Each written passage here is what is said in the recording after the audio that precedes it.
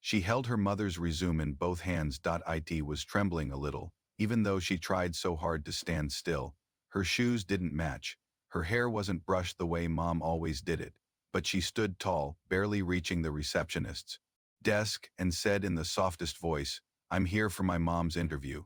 The woman behind the desk blinked, looked around, confused, then smiled nervously like this was a joke. But it wasn't.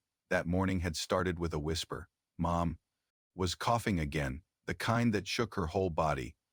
I watched her from the hallway, holding the kitchen doorframe with both hands like it was the only thing keeping her upright. She didn't know I was watching. She didn't know I'd already made up my mind. She said she'd be fine. She always said that. But that day, she wasn't. Her voice was hoarse, and she couldn't stop shaking. I saw the fear behind her smile when she told me to get her interview folder from the table. I brought it to her, but I didn't give it to her. I held it against my chest and just said, "Let me go instead."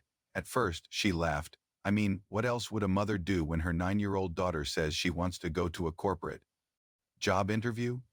But I didn't laugh back. I just looked at her, and I think that's when she saw it, the fear in my face, the way I was already halfway to the door. I wasn't trying to be brave. I was just tired of watching her pretend she was okay, tired of every morning being a performance. Tired of the way she'd tried to cook breakfast between nausea and migraines, as if holding it together could somehow keep our lives from collapsing. I didn't have a plan. I just had her resume. "I can tell them you're stuck in traffic," I whispered. "I'll keep your spot." She tried to stop me. She really did. But when I kissed her hand and ran out the door, she didn't chase me. I think some part of her wanted me to go. So there I was. Shaky voice, big building, everyone dressed like they were made of glass and money. And me, in last year's school shoes, holding a folder like it was armor. The receptionist stared for what felt like forever before picking up the phone.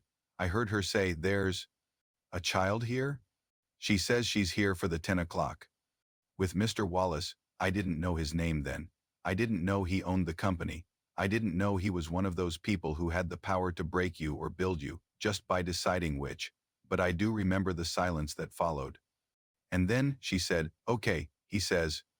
"Send her up." The elevator ride felt like the longest minute of my life. I expected a room full of people. Fancy suits, cold eyes, laughter at my expense. But when the doors opened, there was only him. A tall man with white hair and a kind of quiet I didn't understand at the time. He looked at me, not like I was a mistake, but like I was something he hadn't seen in a very long time. He didn't speak right away, just motioned for me to come in. I stood in front of his desk, holding out the resume like it was a peace offering. "My mom is really sick," I said. "She wanted to come, but she couldn't even stand today. She tried so hard. She wanted this job." His hands were clasped in front of him. He didn't blink much, just listened. "She's really smart," I added, "and kind, and she never gives up, even when she should." He took the resume from my hands gently, like it was glass. "What's your name?" he asked. I told him. Then I waited for the speech. The one about how this wasn't appropriate, how children don't belong in places like this. But it never came. Instead, he asked, "What does your mom do when she's not working?" I blinked. "She works all the time." He smiled faintly. "Okay, what does she do for you?" And I couldn't answer, not right away. Because how do you explain the way someone gives you everything when they have nothing left for themselves? "She reads me stories," I said slowly, "even when she's tired. She sings when she washes the dishes, and she makes my birthday feel like a holiday, even when we don't have cake." He nodded once. "That's more than most people do." We sat in silence after that, a long one. I started to fidget. My hands got clammy. I thought maybe I'd ruined everything. Maybe I'd embarrassed her. Maybe this was a huge mistake. But then he stood. He walked to the window, stared out at the skyline, and said, "You know, I built this company from nothing. Just me and an idea. People think that makes me impressive, but no one ever asks about the nights I spent sleeping in my car, or the mornings I shaved in gas station mirrors just to look presentable." He turned back to me. His voice was quieter now. "I didn't have a mom like yours." That was the first time I saw him swallow back emotion. Not because he was sad, but because something about my being there had cracked something open in him. He handed me back the resume. "Tell your mother she has a second interview, in person." When she's ready, I didn't know what to say, so I just nodded, and I smiled, and I think that was the first time I smiled in weeks. When I got home, Mom was still on the couch, wrapped in a blanket, her eyes red like she'd been crying. She looked at me like she'd expected me to come back ashamed, defeated. I handed her the folder and said, "He wants to see you when you feel better." She blinked. "What did you say to him?" I shrugged. "I just told him the truth, that night." She held me a little longer, a little tighter, and in that hug, I felt something shift. It wasn't just about the interview. It was about being seen, about being believed, about realizing that sometimes doing something scary, something wild and maybe even foolish can lead to something beautiful. That day started with a cough. It ended with hope. "You're not supposed to be here," he said, but I stayed anyway. Those were the first real words he spoke to me after the interview. Not the polite kind, not the curious ones he'd asked before. This time, they were quiet, sharp, and full of something I didn't understand yet. Pressure. It was 2 days later. My mom was still too weak to get out of bed. The interview had given her a kind of light, sure, but not strength. Not yet. She was trying, eating a little, walking a few extra steps, but she still couldn't sit upright without closing her eyes for a moment and breathing like she was climbing a mountain. I don't know what made me go back. Maybe it was guilt, or hope, or the way the apartment still smelled like old soup and hospital air. Or maybe I just needed to know that what happened that day, what I did that day, wasn't going to vanish the second I left the building. So I went back. I wore the same shoes, brought nothing but my school bag and a folded piece of paper I'd drawn on my mom's name written in careful block letters, with a heart around it. The receptionist recognized me right away. Her eyes went wide. "Sweetheart, did you get lost?" I shook my head. "No, I want to say thank you to Mr. Wallace." She hesitated, picked up the phone again, whispered into it, then hung up, biting her lip. "He says you can go up, but just for a moment, okay?" I nodded. When the elevator doors opened, he was standing there waiting, and that's when he said it. "You're not supposed to be here." No smile, no curiosity this time, just those words, and I don't know why, but they hurt more than anything else. I think I expected something different, a warm welcome, a joke, another one of those long, thoughtful conversations. Instead, I got a wall. "I just wanted to thank you," I said, "for giving my mom a second chance." He looked at me for a long time, like he was trying to figure out what role I was supposed to play in this world of his, this clean, adult world where nothing should be left to chance or children. Then he sighed. "Come in." But just for a minute, I followed him. His office looked bigger this time, or maybe I felt smaller. I don't know. There was a silence between us I didn't know how to fill, so I sat, quiet, and I watched him shuffle through papers like he was trying to pretend I wasn't really there. "My mom's getting better," I said finally. "She's been practicing answers. 2 questions you might ask." He didn't respond. I looked down at the paper in my hand. "I made this for her, but I think it's for you too." I slid it across the table. He didn't touch it, and that's when something inside me shifted, just a little, because I realized something. He wasn't angry. He was afraid, not the kind of fear you scream about, the quiet kind. The kind that creeps into people who've spent too long building walls around themselves so they don't have to feel anything they can't control. "I'm sorry if I made things harder," I said. "I just didn't want her to miss her chance. I thought if I showed up, it would help." He finally looked up, and for the first time he looked tired, not physically, but something deeper. Like he'd spent too many years believing that everything in his life had to follow a rule, and I had broken one of them just by being here. "You did something no one else ever did," he said. "You walked into this building and made me remember something I've spent a long time trying to forget." I didn't understand then, not fully, but I listened. He took the drawing, folded it gently. "I had a daughter once," he said. "Long time ago. She died when she was 7. I stopped breathing. She used to leave little notes like this, on my desk, on my pillow, in my briefcase. I didn't always read them. I was busy." He looked down. "I'd give anything to have one more note, one more chance." The room felt like it was holding its breath. "I think that's why I let you in," he said. "Because when I saw you standing there, I thought maybe the world was giving me one more." I didn't know what to say. What do you say to something like that? So I just whispered, "I'm sorry." He nodded, slowly, like that meant something to him. Then he said something that stuck with me for the rest of my life. It's not about what you're supposed to do, it's about what you choose to do. You chose to show up for your mother, and that matters more than you know. We sat in silence after that. He let me stay for 10 more minutes. We didn't talk much. He just showed me a picture on his desk that he kept hidden in a drawer. A little girl with curly hair and bright eyes, holding a daisy. Then he walked me back to the elevator himself. Before the doors closed, he bent down and said, "Next time, bring your mom." I nodded. When I got home, I didn't say anything. I just curled up next to my mom on the couch, laid my head on her shoulder, and held her hand. And for the first time in weeks, she smiled without forcing it. That day wasn't supposed to happen. I wasn't supposed to go back. I wasn't supposed to sit in that chair, or hand over a crumpled piece of paper, or hear a grown man talk about grief like it was a room he still lived in. But I did. And somehow, just by showing up, something in him softened, and something in me grew stronger. It started with one question, just one. The kind that doesn't feel big in the moment. The kind that slips into a room quietly, almost gently, and then rewrites everything after it. It was the day of her second interview. Mom had finally felt strong enough to go. She wore the navy blouse she saved for real opportunities. She tied her hair back the way she used to when she still had energy for details.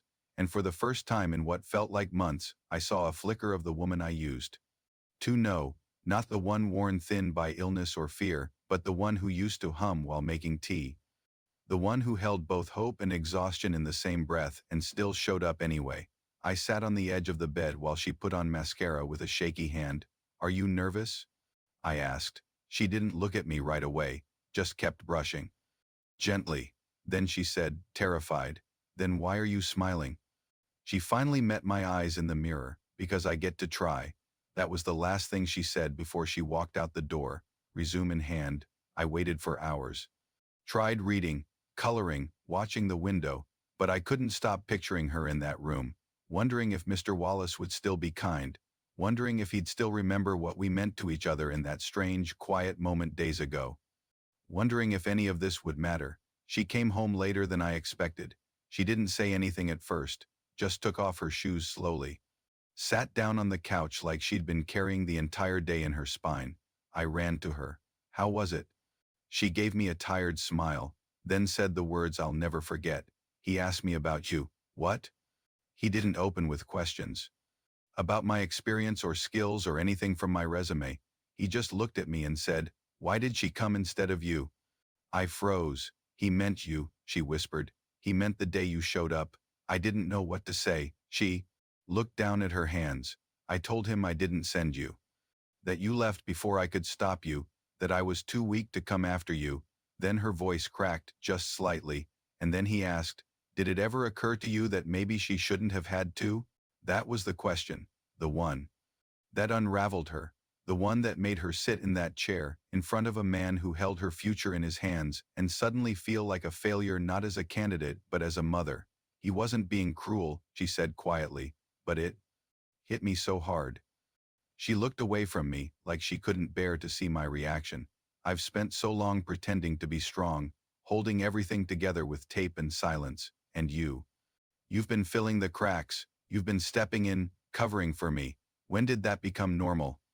I felt something tighten in my chest. "Mom, I wanted to help, I know," she said quickly. "I know you did, and I'm proud of you, so proud, but it shouldn't have been you." She took a long breath. "That man saw something I didn't. He saw a child trying to hold up the world, and it broke him, because he remembered his daughter, and it broke me, because I forgot you were still just a kid." I didn't know what to feel. I wasn't mad at her. I'd never been mad. I'd just stepped in, because I thought I had to, but maybe she was right. Maybe somewhere along the line, I stopped being the child and started becoming the backup plan. The air in the room felt too heavy. Then she said something else. Something that made all of it feel even more real. "He offered me the job." I blinked. "He did." She nodded. "But only if I promised to take care of myself first. He said this company has enough people who grind themselves into dust. He wants someone who remembers what being human looks like." I didn't know if I should cheer or cry, but Mom didn't look happy. "I almost said no," she admitted. Because I felt so ashamed. Why? Because I let it get this far. Because I let you carry me. I crawled up next to her on the couch, took her hand. I didn't carry you, I said. I just stood with you. She looked at me and her eyes filled. You shouldn't have had to. But I wanted to. There was silence for a long time after that. She laid her head back. I rested mine on her shoulder, and then she whispered, maybe it's time I let myself be helped. It wasn't dramatic. It wasn't loud, but it was. The most honest thing I'd ever heard her say. That question, his question, had cracked her open. Not to hurt her, but to let something out. Something that had been locked inside for years. The fear of being seen as weak. The guilt of needing help. The shame of not being able to do it all. And maybe that question cracked me open too, because I started to realize that love wasn't just about holding each other up. Sometimes it was about stepping back. Letting the person you love reclaim the space they forgot belonged to them. The next morning, she made breakfast. Not perfectly. The toast was a little burnt, and she dropped a glass. But she smiled through it. Not the forced kind, the real one. She had work to start next week. A real job, with health insurance, with stability, with a man who saw more than a resume. And I went back to being a kid again. Not completely. I still helped. I still watched. I still felt a little older than I should have, but something had shifted. She was healing, and so was I, all because of one question, not cruel, not loud, just real enough to change everything. It happened in the break room, not during some big dramatic meeting, not in front of a crowd, just a tiny moment in a too bright room that smelled like burnt coffee and reheated leftovers, and it started with a muffin, a stupid, store-bought blueberry muffin. That morning, my mom had gotten up earlier than she needed to. I could hear her in the kitchen, rustling through drawers, searching for something. When I came out, she was packing a plastic container in her purse. I asked her what it was. She just smiled and said, a thank you. Her first week at the new job had been good, but fragile, like she was still waiting for it to be taken away. Like if she breathed too loud, someone would remind her that people like us don't get second chances. But Mr. Wallace hadn't changed. He'd been kind, not in a loud, flashy way, but in the quiet ways that matter most, making space, listening without interrupting, asking about her health without making her feel broken. And once, when she thought no one was looking, I saw her sit at the edge of the bed holding her first paycheck, just staring at it with the kind of reverence most people reserve for miracles. And so that morning, she packed a muffin. She said she wanted to leave it in Mr. Wallace's office as a little gesture. For being human, she said. I told her he probably had fancier things than muffins. That's not the point, she smiled. She left. I went to school, and around noon I got a message from her. It said, I need to tell you something tonight. 6 words. That's it. But I felt something strange in my chest the moment I read them. When she got home, she looked fine. Tired, but fine. She kissed me on the head, made us dinner, even asked about my day, but I could tell something was sitting on her chest, like a weight she hadn't put down yet. Finally, she said it. I cried at work today. I looked up. What happened? She sighed. I went to leave the muffin. His door was open. I thought he wasn't there, but when I stepped inside, I heard his voice. He was on the phone. I don't think he saw me. She paused, and he was crying. That stopped me cold. Mr. Wallace? She nodded. He was talking to someone about his daughter, about how he never got to say goodbye, about how he still hears her laugh sometimes when he's alone. I didn't say anything. I just listened. I didn't mean to eavesdrop, she said. I just froze, because it felt like I was hearing something sacred. And then he said, something I'll never forget. She swallowed hard. He said, she would have been proud of me today. I helped someone I know she would have loved. I felt my throat tighten. He was talking about you, Mom whispered, about the day you walked into that interview. There was silence between us, the kind that feels thick, like it's holding back everything neither of you knows how to say. Then she looked at me and said something I wasn't expecting. I'm not crying because I'm sad. And she wasn't. Her eyes were glassy, but she was smiling. I'm crying because I've carried so much guilt for being sick, for letting you grow up too fast, for needing help. But hearing him say those words, it made me realize something. She reached out, took my hand. You didn't just save me, you saved him too. I didn't know how to hold that truth. I wasn't used to thinking of myself as anything more than a kid trying to fix things. He didn't hire me just out of kindness, she said. He hired me because he saw something in that moment, something real, something he lost, and something you gave back to him without even knowing. That's when it hit me. Every choice we'd made, the risks, the awkward conversations, the mistakes, they all led to this strange, beautiful thread that tied us together. Me, my mom, Mr. Wallace, and the daughter he lost, who somehow never really left. We sat in silence for a while. I thought healing would feel like relief, Mom said, but it feels more like softness, like finally letting go of the armor. That night, after she fell asleep, I lay awake thinking about all of it, about the way we carry grief, even when it doesn't belong to us, about how we try to patch the holes in each other without ever saying we're broken, about how one act, a muffin, a walk into a building, a single sentence can ripple into someone else's life in ways we may never fully understand. And I thought about him, about Mr. Wallace, sitting in his office, looking at a drawing I made, probably tucked away in some drawer he opens when no one's around. I imagined him whispering her name.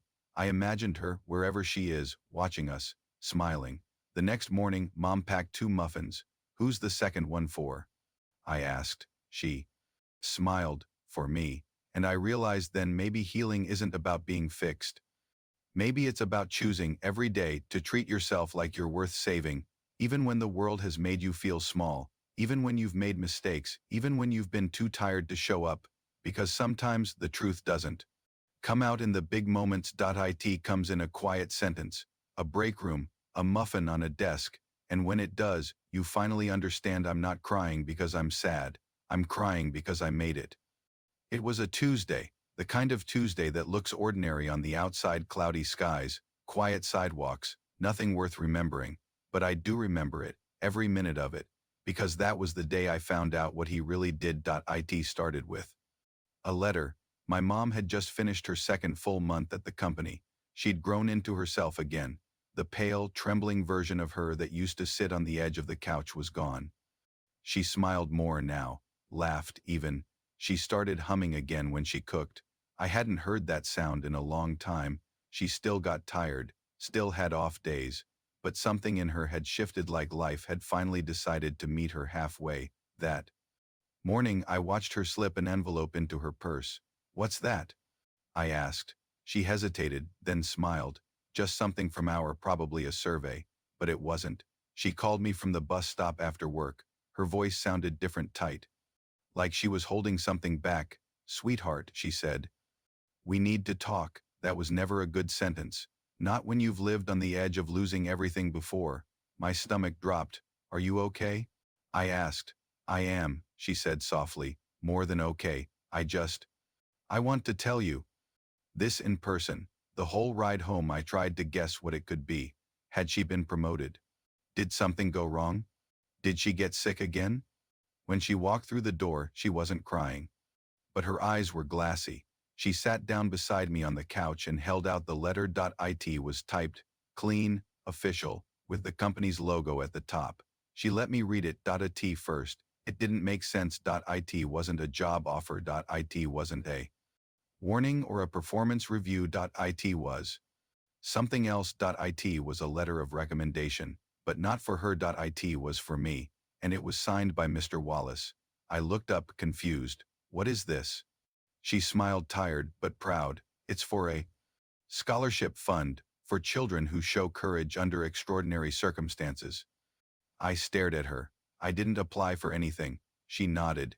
"You didn't have to." "He did." I blinked, trying to make sense of it. "He created it," she said. "A fund, a real one, in his daughter's name, for kids like you, kids who show up when no one expects them to, who carry more than they should, who don't just survive but love, despite everything."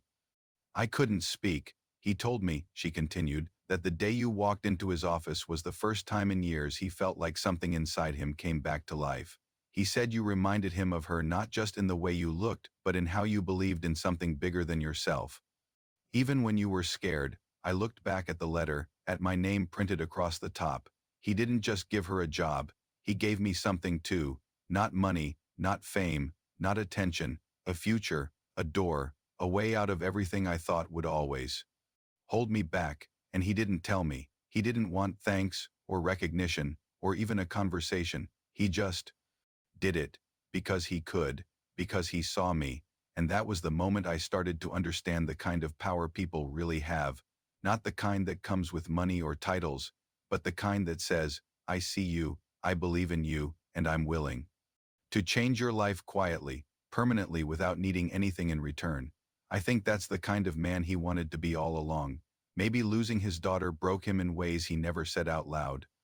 Maybe success never really filled the hole she left behind, but helping me gave him something he hadn't felt in a long time, purpose, and for me, it gave me more than just hope. It gave me the proof that one small act, one choice, to show up when no one expects you to, can ripple farther than you'll ever see. I used to think that day I walked into the interview was about helping my mom, and it was.